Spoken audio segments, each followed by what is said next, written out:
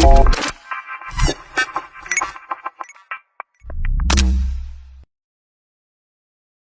everybody, this is Sherry Winn. Welcome to Olympic Minds Leadership Without Limits. This is for people who want to rise above the norm, for leaders who are not going to settle for mediocrity, but really want to go into mastery. And for those leaders and those people out there in the world who are like, you know what, success isn't enough. I want to move from success to significance. So I'm a two-time Olympian, national championship basketball coach, author of 3 leadership books and more coming out. And today we're going to share a wonderful conversation with Maureen Nimmick. She and I met on my first project, the book called Winning Leadership, 7 Secrets to Being a Truly Powerful Leader.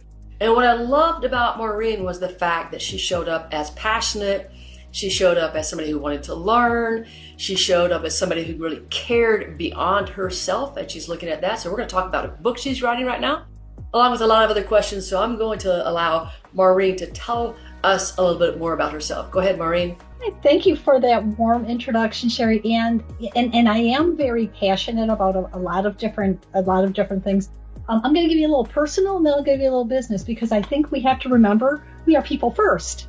Love it. And so I have 2 adopted foster children, and so that has given me skills beyond compare, whether or not it's dealing with schools or medical or just really advocating for them.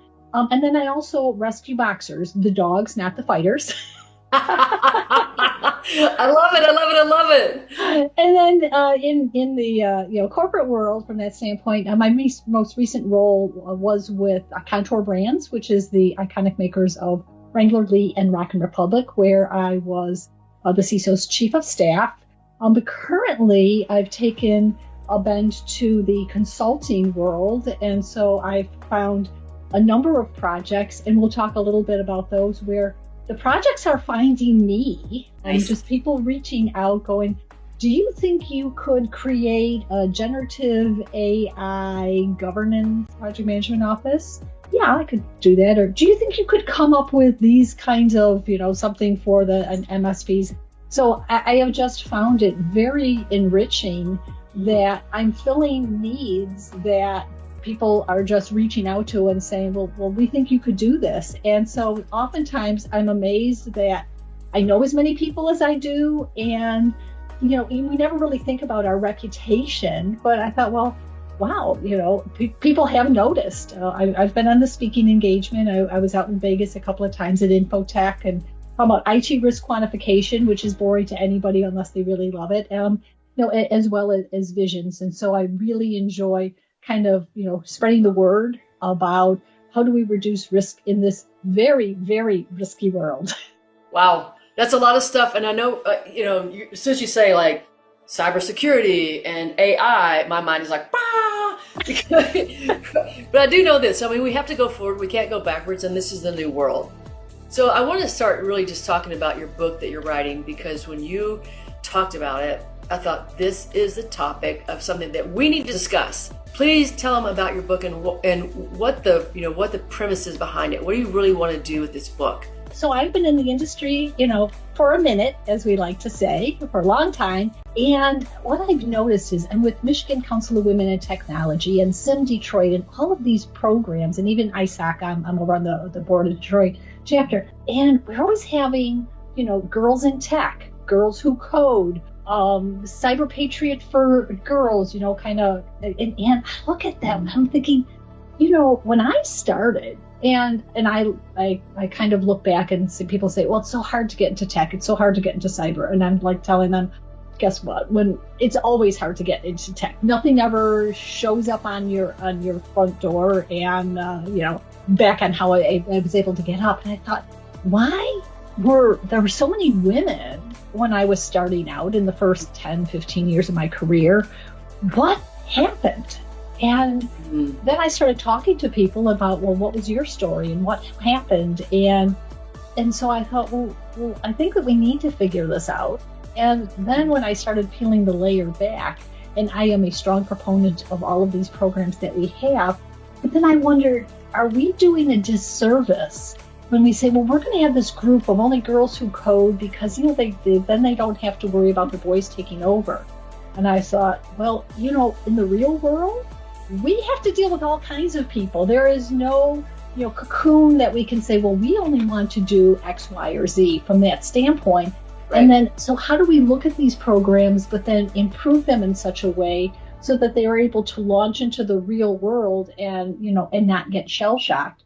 But I'm also very aware that there are going to continue to be some limitations for women for various and sundry reasons, and I'm exploring that as well.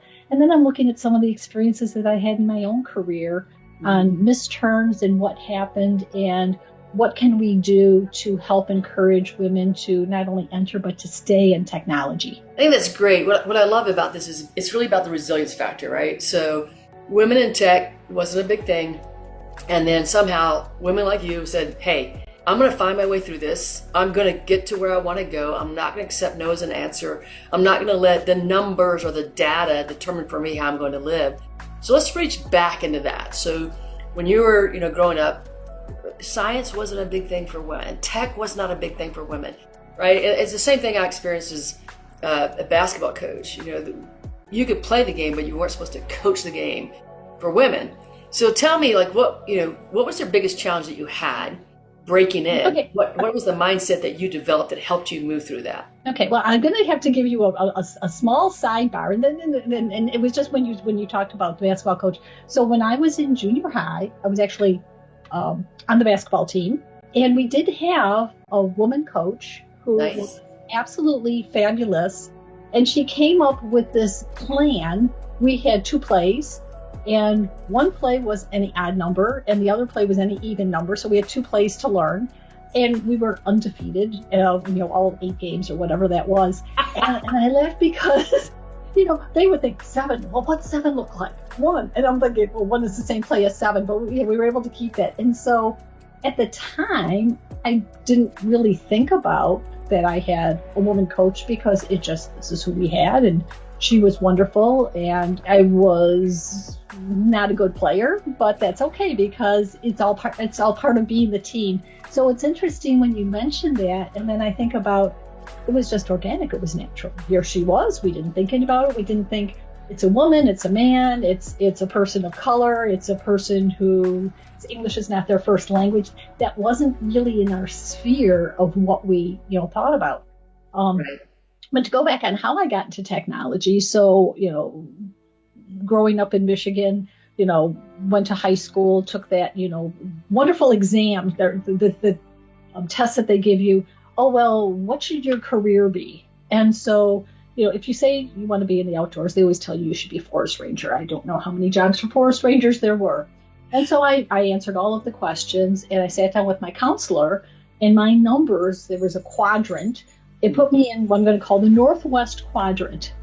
And that was a desert of roles. There was not one job in that quadrant.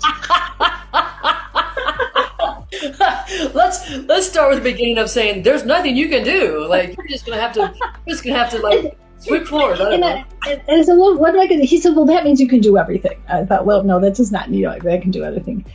So when I went to college, I took the decision. I said, I'm just going to start taking all these different classes in all these different topics, and something will stick. And my college counselor said, that is the stupidest thing I have ever heard, and you will never amount to anything. Well, being a rather stubborn person, I said, well, we'll see about that. And I took art classes. I learned how to see black and white and see color, and knew that I might have some skill, but I will never have talent. I took sociology and love and marriage and all these different kind of courses. And then I took a class that was called Introduction to Data Processing. That's how long ago it was, back when it was called data processing. I was like, well, this is kind of cool. And then I took basic programming, and then I took Fortran programming and COBOL 1 and COBOL 2. And all of a sudden I said, hey, I like this stuff. Nice. And got my degree, and it was a very small program in a private college out here, and there was 12 of us in this program, which just tells you what a large program it was. And only 2 of us got jobs in the industry. Wow. Because at that point in time, they wanted experience and not education. And then people with experience were complaining they didn't get education either. But I was very fortunate, and I had an internship at Ford Warner where I was able to do some computing things. So when I went to the job fair at Chrysler, and again, to go back into history, it was when it was in the hotel suite. So you were in the hallway and they looked at your resume. And then if they circled something and let you go into the room, now you're in. Okay.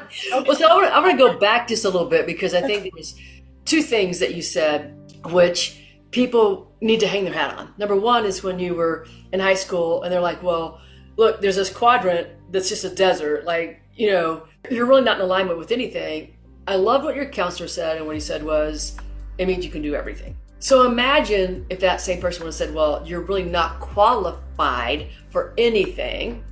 So the fact that the door was open, you're qualified for everything, which I think gave you the opportunity to then go to college. And when that counselor said, you can't take just whatever you want, like that's ridiculous. You have to, but you're like, but I can, because I know that I'm qualified for everything. So I think that those are the mindset shifts that I think we should be interested in, which is understanding the limitless canvas that we have in front of us, right? It's limitless. And if we can grasp onto the idea that it's limitless, and we get to explore that canvas, and then we get to decide, where am I going to go with this? And how am I going to use this canvas in my life? Those are the things I heard. So for you, Maureen, what was it that allowed you to, the moment that the college counselor said, well, you can't do this? What was it that allowed you to say, yes, I can? Was that something that you grew up learning, or was it just an innate thing that you had? Tell us more about that. So I had an interesting dichotomy of parents. So for my mother, I was never good enough. And for my father, I was brilliant. Wow. That's a flex. So my father thought that we were all, we were Picassos and we were brainiacs. And with my mother, if I had all A's and an A-, we'd go out to dinner and celebrate. And she would say, what can we do to get that A- up to an A? So one is I learned the perseverance of, you've got to keep striving. Yet through my father, I had a very good sense of self-worth. Right. And so that uniqueness really put me into it's a problem that can be solved. We can make this happen. And then my parents divorced when I was 14, which kind of, rocked the world, because back then it was very, unusual. And actually I got college scholarships because they said I came from a broken family. I said, well, we're not broken, we're just different. And that piece helped as well, because obviously financially I was going to need to, to get things. I mean, I did essays, but that was the whole part, is strive to do better. Mm-hmm. A- can get better. And I think when you talk about that Olympic mindset, mm-hmm. and you watch these athletes just perform and continue to practice and you're like, it looks almost perfect. Well, when you are in competition, and business is a competition, certainly is. You need to bring your A game, every single time. Yeah, I love that you had both, because I think what happens, you got the balance in there. If it would have been only your mother's voice saying that you're not enough, without balance by your father saying, well, you're brilliant and you're a Picasso and if it would have been balanced, and I've seen many people like this, Maureen, and you probably have too, believing that you're not enough and yet striving to be good. It's like you're creating a gap within yourself that you can never get where you want to go, because that inner voice saying, I'm not good enough, I'm not good enough, I'm not good enough. The balance that you received allowed you to really live a different world, to live a different life, because you had the balance, because you weren't beating yourself up all the time believing you weren't good enough. So you had that balance between parents. Yes, and we have to use this in business all the time, because you're going to get projects that are going to be shot down. One of everybody's got what they said like a secret talent or superpower, and the two superpowers that I feel that I have is, one is I have a very good memory of things. And so when somebody's like, well, what were we talking about last year? I'm like, oh, well, this is what was happening. This is what was going on, which is very, very helpful. And the second thing is I have ideas. And I remember I'd be interviewing and I'd say, I will have 100 ideas for you, and you might only like 2 of them. But if you like 2 of them, it's 2 more than we had. And I had a manager at General Motors who I didn't even work for him, but I would just come in, I'd meet with him once a month, and I'd say, okay, here's things that you should think about doing in your department. And he would make acronyms of them. And sometimes they'd be STLLG, whatever. But I said, this is what I come up with. And I love the ideas, but if they don't work, I'm not crushed. Yeah. Because sometimes it's wrong place, wrong time, wrong culture. But that does not stop you from coming up with new ideas. Because so the idea of identifying your superpowers, right? And knowing that you have superpowers. So many of us, and I'm going to say me included for a long time, even though people will look at me and go, come on, like you were All-American, you're a valedictorian at your college, you were 2-time, Olympian, and I'm like, yeah, I didn't know. Like it was always an inner fight with myself. I was fighting with myself all the time. I didn't know I had superpowers. Like nobody said, oh my gosh, here are your superpowers. So we all have superpowers. So let's start with that premise. We all have superpowers. And those are the things that we need to identify and the things that we need to use to move ourselves forward. So in your superpowers, is this something that you just recognize as you kind of went along in life and you're like, oh, I'm really good at this? Is this something that was pointed out to you by other people? How did you come to know them and label them as your superpowers? I will have to defer to peers and leadership who recognized this in me and would make comments. Like I talked about my friend, Stuart McCubry from General Motors. And when he would write them down, he's like, well, these are ideas. And I was like, well, he's writing them down. So they have value, whether he does them or not. They have value. And every month I came up with new ones, maybe 3 or 4. And eventually I ended up working for him, and I had probably some of the toughest projects. And he would just give me, and go to work on this, and then go work on this. And here we have a SOX deficiency, and we're going to have to put it in our 10K if we don't fix it. Oh yeah, okay, we got 25,000 interfaces that don't comply. Okay, let's have at it.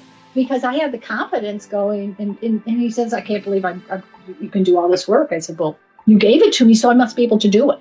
I love that answer.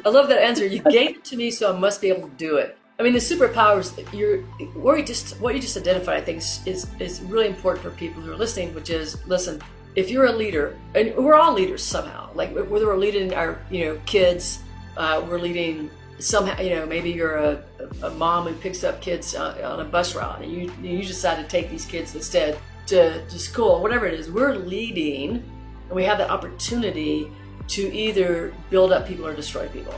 And it's something that's a power that we hold. It's so critical that we understand that what we say, every word we say, has a meaning to the person who's receiving it. Now, we should learn in our life not to give people that kind of power over us, but we don't know that when we're young. We allow people to get our brains and to get into our self-images and all the things. Yeah, the power of a leader to really help somebody recognize their superpower and to lean into that is huge. So tell me about how you use that in your leadership roles. How do you help people identify their superpowers? How do you help those people use them, recognize them within themselves, and to build the confidence so they can really, like you said, there's an answer because you gave it to me. You trusted me so much that there had to be a solution. So I'm going to go back, and probably one of the most challenging roles that I have to, thank the CIO health system that I worked for giving me is ran an application team, and we called ourselves the self-cleaning oven, and we had materials management, and we had pharmacy, and we were cool. When our systems went down, we were all hands on deck. I mean, we were very smug. And so my CIO decided, your team is way too smug. So he simultaneously gave me every broken team in his department. So I had identity and access management, I had field support, I had the network group. Our network was going down multiple times per day. And the field support people would disappear and you couldn't reach them, because they'd be in some area, so they knew it was a dead zone and you couldn't contact them, and just a lot of different things that were going on. And these are all areas that, of course, I didn't know anything about. I came from applications. I know how to manage application teams. And so I sat down with each team and I was very authentic. I said, I do not know what you do. I am not the expert. My job is not to become the expert, because we have you. I said, but what my role is to do is to remove every single barrier so that you can be very successful. And so I would have meetings, and I'll talk about the network one because I think that that's very germane. And so we had the network team, it's going down, what's going on. One of the people on the network was hated and despised by everybody in IT and loved by the business. So during an outage, I said, well, let me tag along. Let me learn something. And so she goes down and the nurses see her and they're like, they want to hug her because she is going to bring the network back up. And she was in the wiring closet and goes, do. I was like, well, what did you do? And she says, well, because the load extender goes down, it's kind of shaky, and then the power weird things happen. And so I just have to go and reset it with a paperclip. I'm like, okay, network paperclip.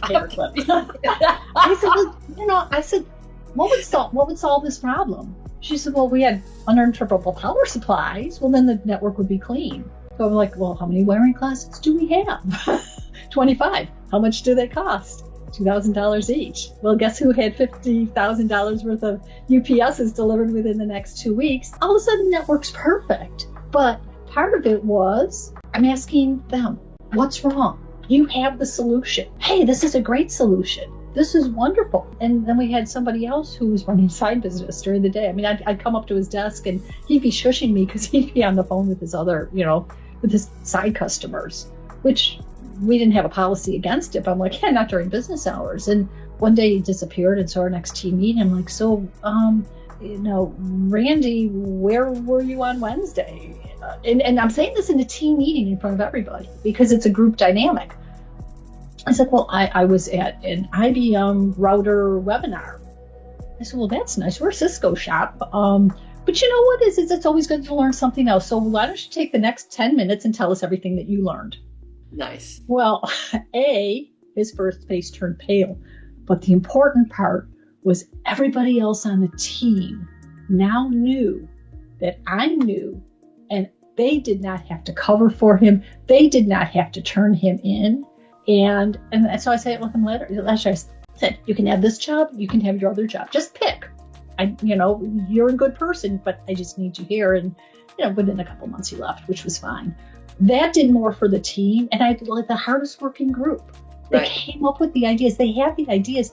They just needed to know that their ideas were going to go someplace. Yes. And that we were all pulling in the same direction. What you said is like, I don't have to be the expert. Like, I don't have to be the expert in the room. And so I think that part of having that Olympic level mindset is knowing, like having the confidence to know that you don't have to be the expert, that you don't have to have the answers, that you don't have to be the one. And where a lot of leaders fail is they get into the situation and they think that they have to have all of the answers and they have to have all the knowledge. Well, what that does is that disempowers everybody around you. And that's why things can't get done, is because you're so busy disempowering people by trying to prove your worthiness, trying to prove your smarts, trying to prove that you deserve your title. It's hard for people to then work for you. So starting with the idea that, great minds don't have to prove themselves and they just have to empower others. You gave us a couple of great techniques that you use to help empower other people. So what is the most important technique that you have to help empower other people? I think, and I'm going to actually use a more recent example that I had at Contour. And that is, well, there's two things for it. One is take people where they are and lead them to where they can be. And then the second part, and this wasn't Contour, but I thought about it, is know when it's not a good fit. And stop trying to push the rope. And the second one is much more painful because now we're talking about involving human resources and PIPs and other things when you've given people that opportunity to be successful, and it just isn't a good fit. I think that's hard for a lot of people. I have a coaching client who kept trying to be in her job. Like, I'm going to end this job. Wasn't passionate about the job, even though she'd been successful in all these other areas, wasn't passionate about her job, found obstacles everywhere she went, didn't have the boss above her who was super supportive of her. And she's like, I've got to figure this out. And I'm like, well, this wasn't the exact conversation, but it's like, okay, do you fit? Like, do you fit where you are? She goes, you don't understand. Like, I've always been successful in everything I've done. I said, I understand that. Sometimes we're not successful because we're in an environment that is not like us. We're not fitting because it's not who we are. And we're trying to be with people who are not like us. And we're trying to do a job that's not in alignment with who we are. So, and so finally she's like, well, I don't know what I'm going to do next. I said, well, it doesn't matter, but what you're doing right now is not helping you. Your confidence is getting less and less every day, and your anxiety is getting higher every day. So let's do some discovery. And what happened was she finally had the courage to leave. I mean, they didn't fire her. She had the courage to leave. And that's when she opened up her mind to other possibilities. And all of a sudden she's getting flooded with all these calls and potential to move forward into something that was more aligned with herself. So that power, I think, the fear, so we get stuck in the fear. If I don't do this, then I won't be able to do X. I think that's part of what a good leader helps people do, is to learn, look, we're not a good fit. And it's okay. That doesn't mean that you're unworthy. It doesn't mean you're not good enough. It's just not the fit here. Let's find a fit for you.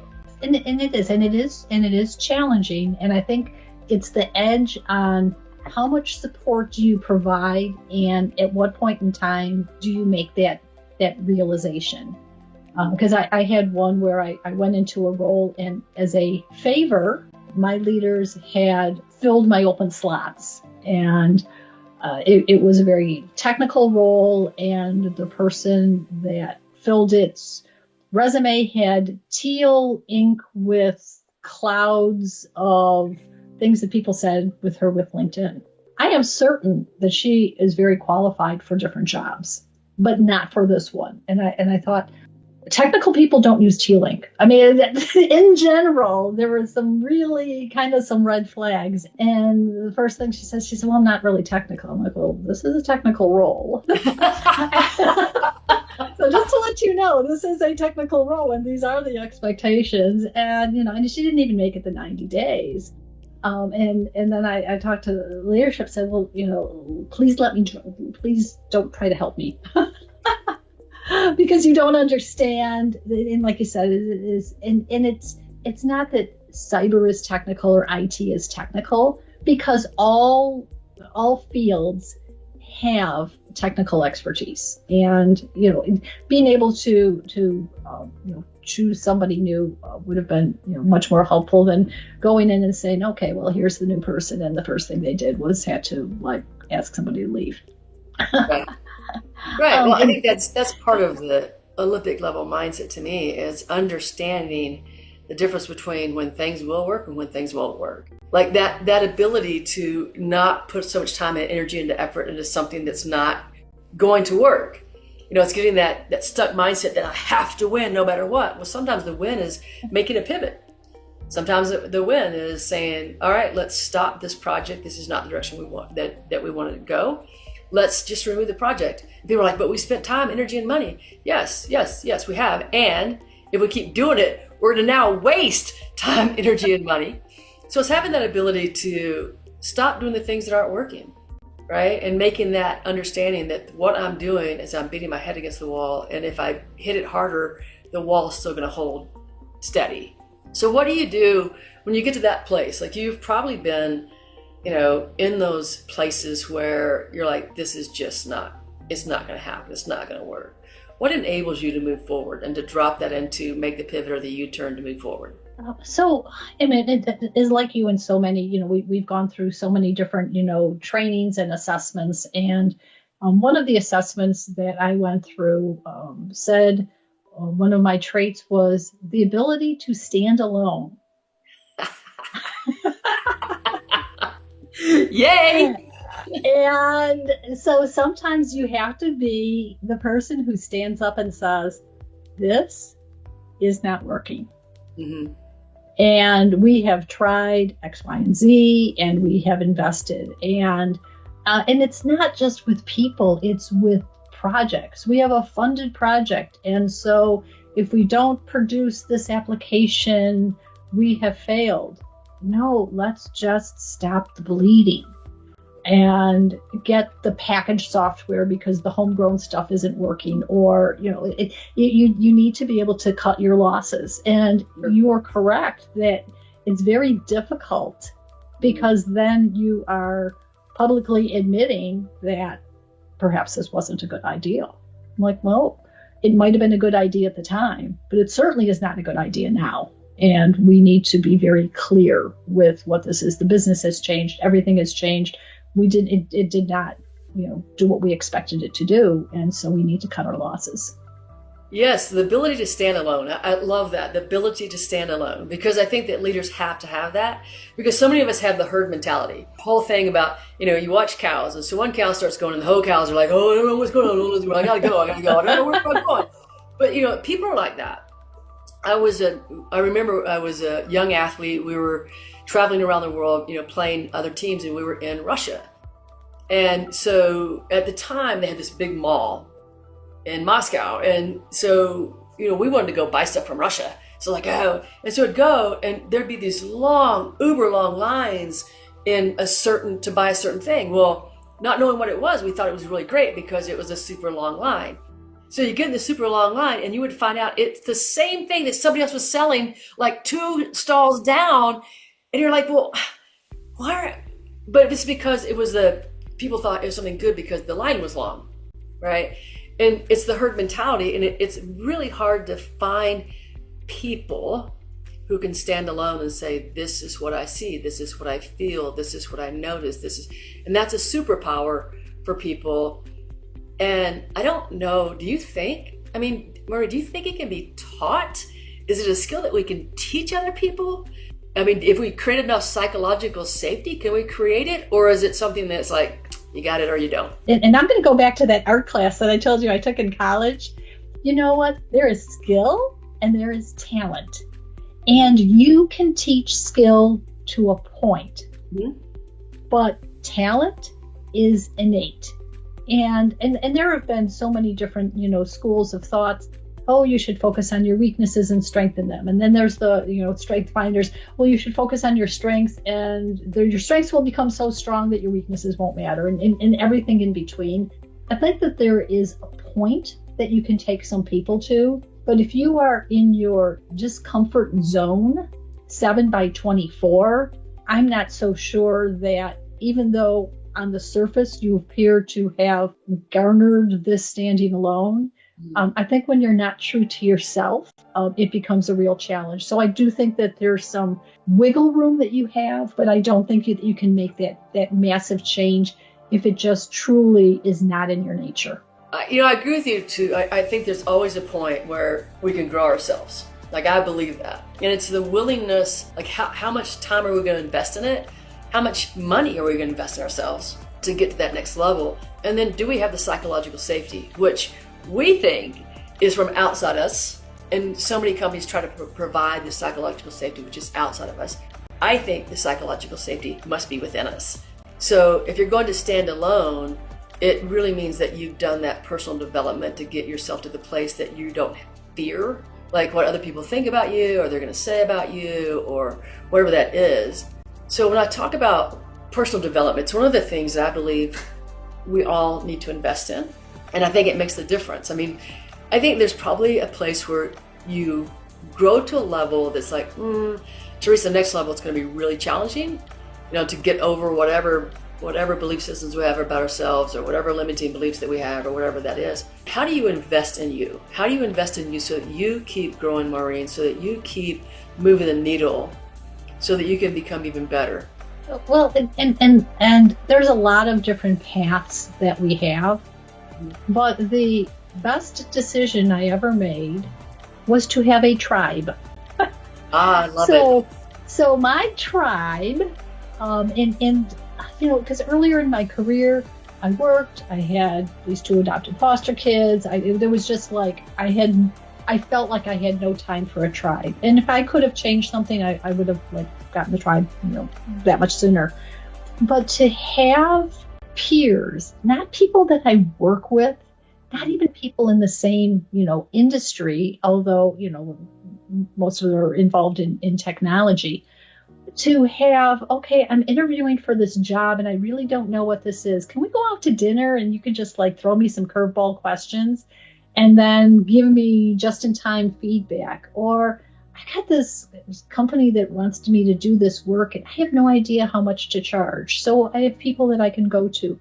And sometimes we just get together just to not network because we're looking for success, but to network and learn about each other and what we're looking at. And then through their activities, then I can kind of grow myself. Because, and you'll even notice it, at least in the technical seminars, the CISOs and the CIOs, is I'll go there, there will be, here's the tech stuff, but there's less and less. Now it's more, what's the people stuff? How do you get those types of things? And I think that there's, value in that as well. And then there's always self-study. I mean, LinkedIn has a wide variety of, articles that you can get in chunks, listening to, podcasts such as this one, where you just get other people's points of view. And there's always gems. Right. And maybe the gems are far and few between because it doesn't resonate with you. But I think just the wide variety. I am a passionate reader. I am a passionate listener to podcasts and other people's experiences because we can learn so much. But you're right. You never stop learning because everything's changing. You talked about generative AI. Okay, well, that's something new. We have tariffs coming up. That's new. That impacts us all, whether we know it or not. We have, the world is changing. And so, you have to be aware, you have to understand how to adapt, and you have to grow. Oh, for sure. I love the idea of the tribe. I think that women especially don't think they have the time for a tribe. And we really need that support. We would need people to bounce ideas off of, people that have our backs, people that are there for us when we have a challenge, we're not certain how to move forward. Doesn't mean they're going to make the decisions for us, but they're certainly going to be supportive of us and give us, new ways of looking at things. So Maureen, if there's something that you want to share with people before you leave, if there's one thing that you think would really help people develop the mindset to be a leader without limits, what would that thing be? If I had to distill it into 2 words, my 2 words would be say yes. Okay. Tough project, say yes. Something that seems like it's beyond your reach, say yes. Somebody asks you to mentor them, say yes. Now, obviously, you still need personal time, but I am where I am because I said yes. And then the second thing that I would say is ask questions. So I guess I have 4 words. Say yes and ask questions. I love that. I love that. You're right, because so many people won't step out of their comfort zone. And if you don't step out of your comfort zone, you're going to get what you've always gotten, right? To move forward, you have to take those chances by saying yes to something that feels a little uncomfortable. It feels a little hard. It feels like there could be failure here. And that's exactly how we grow, right through those things. So last thing, Maureen, how would people, if they wanted to ask you a question, how would they reach you? If they want to eventually buy your book, how would they figure that out, or how would they find that? Tell them how to get a hold of you so that if they're interested in asking you more questions or getting that book when it comes out. Okay, well, the best way to reach out for me is through LinkedIn. Unless you look really nefarious, I will accept your connection. That's how people who have... I'm in cyber. I am going to kind of look and go, well, let's see, you are a Nigerian prince. Not so sure. And then there's a few folks, and there's a lot of fake profiles that come to me. I'm like, yeah, you're a fake profile. And we can begin, the conversation. From the book standpoint, I'm about a year out to having it, but I would suspect that my publisher is going to, push it out on Amazon. And again, I'm certain that when it's published, I'll be talking all about it on LinkedIn. And in fact, one of my to-dos is to try, as I come up with pieces, because I'm getting a lot of input from people in the field, is to just start putting some snippets of it out to gain feedback, because since it's my first book, I want to see what resonates with people. And by sharing and exposing myself, and then I got the opportunity to get some really objective feedback on this resonates or completely doesn't. And that will help shape the book to be very valuable to the most number of people. Right. Well, folks, I hope that you really listen to the great ideas that Maureen shared today, especially say yes. Say yes, say yes. Like, get out of your comfort zone. That's one of the ways that you can really become that person without limits, when you say yes. And then ask questions, because that doesn't mean you're dumb. It means you're smart. It means that you want to grow more. So many people are afraid to ask because they think that if they ask, that means they don't know something. Well, of course you don't. How do you grow if you can't ask questions? So thank you for being here today. Thank you, Maureen, for all the wonderful tidbits that you shared with us today. And guys, we'll see you next time. Olympic Minds, Leadership Without Limits. Thanks so much, Sherry. Thanks. Bye.